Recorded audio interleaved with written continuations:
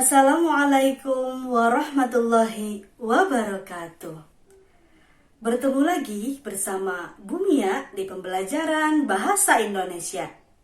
Apa kabar semuanya? Alhamdulillah, luar biasa. Allahu Akbar.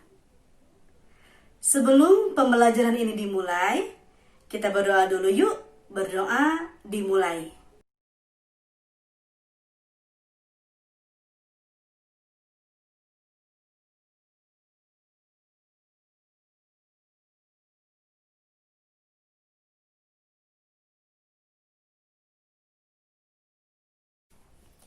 Ibu ingatkan kembali ya, kita masih dalam masa pandemi COVID-19.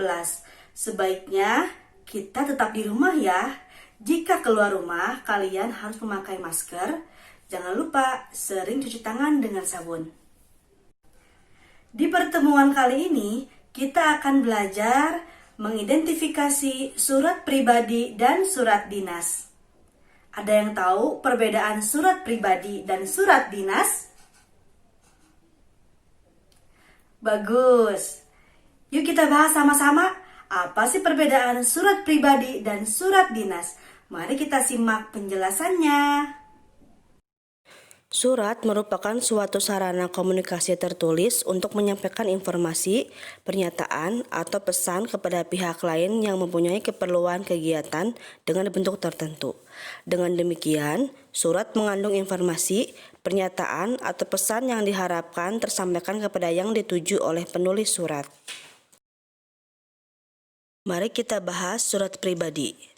Surat pribadi merupakan jenis surat yang berisi keperluan pribadi yang biasanya ditulis dengan secara pribadi dan ditujukan kepada orang lain dengan menggunakan suatu bahasa yang tidak baku. Secara garis besar, sebenarnya surat pribadi tidak mempunyai peraturan yang mengikat. Surat pribadi bisa ditulis menurut selera masing-masing penulis.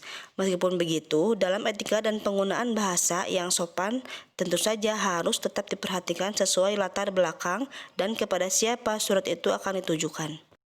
Berdasarkan isi dan sifatnya, surat pribadi dapat dibedakan menjadi dua macam, yaitu surat pribadi yang isinya bersifat kekeluargaan. Misalnya, surat perkenalan, surat antar kerabat, surat kepada teman, dan surat kepada orang tua. Yang kedua, surat pribadi yang isinya bersifat setengah resmi atau ada hubungan dengan kedinasan. Misalnya, surat lamaran pekerjaan, surat izin tidak masuk kerja, surat tidak masuk sekolah, surat izin cuti, dan lain-lain.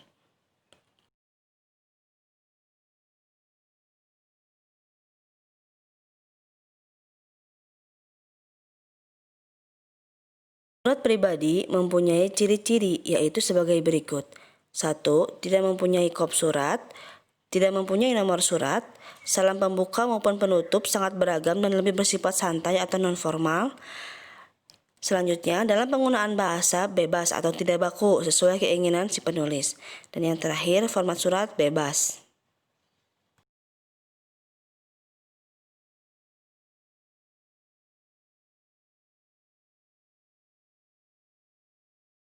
Nah, ini adalah contoh surat pribadi.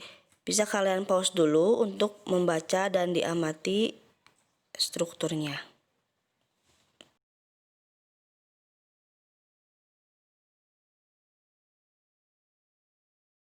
Sekarang kita bahas tentang surat dinas. Surat dinas merupakan suatu surat resmi yang dibuat oleh sebuah instansi, yaitu lembaga dengan tujuan untuk keperluan dinas.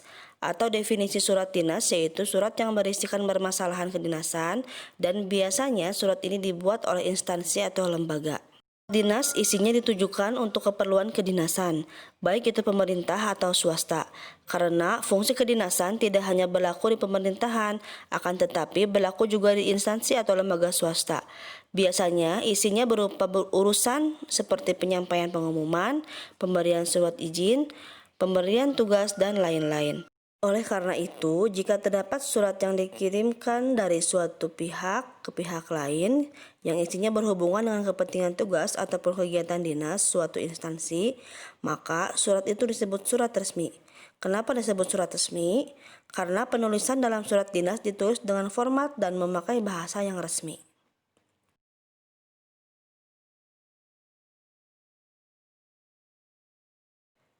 Beberapa fungsi dari surat dinas yang diantaranya sebagai berikut. 1. Sebagai pedoman pekerjaan, seperti surat instruksi, surat pemberian izin, ataupun surat pengambilan keputusan.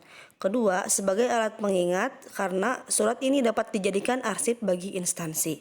Dan yang ketiga, sebagai bukti perkembangan suatu instansi atau lembaga. Selanjutnya, sebagai alat bukti, terutama surat perjanjian.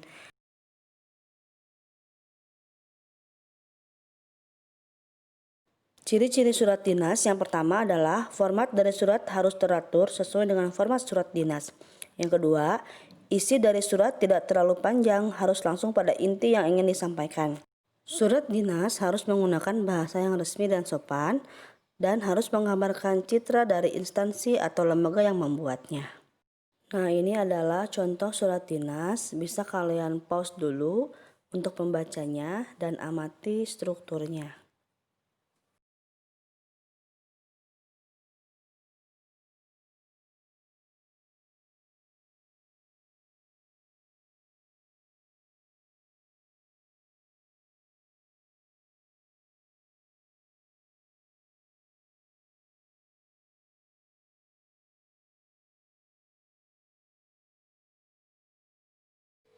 Nah, ini adalah evaluasinya. Kalian baca bagian atau isi surat yang ada pada tabel. Bagian manakah isi surat tersebut? Surat pribadi atau surat dinas? Nah, kalian isi dengan tanda checklist saja.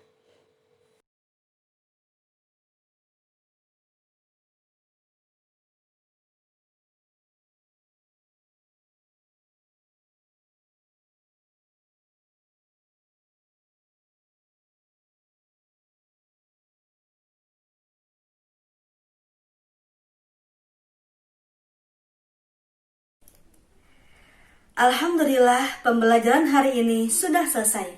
Kita ucapkan hamdalah bersama-sama yuk. Alhamdulillahirabbil alamin. Sekian dari Ibu. Mohon maaf jika banyak salah.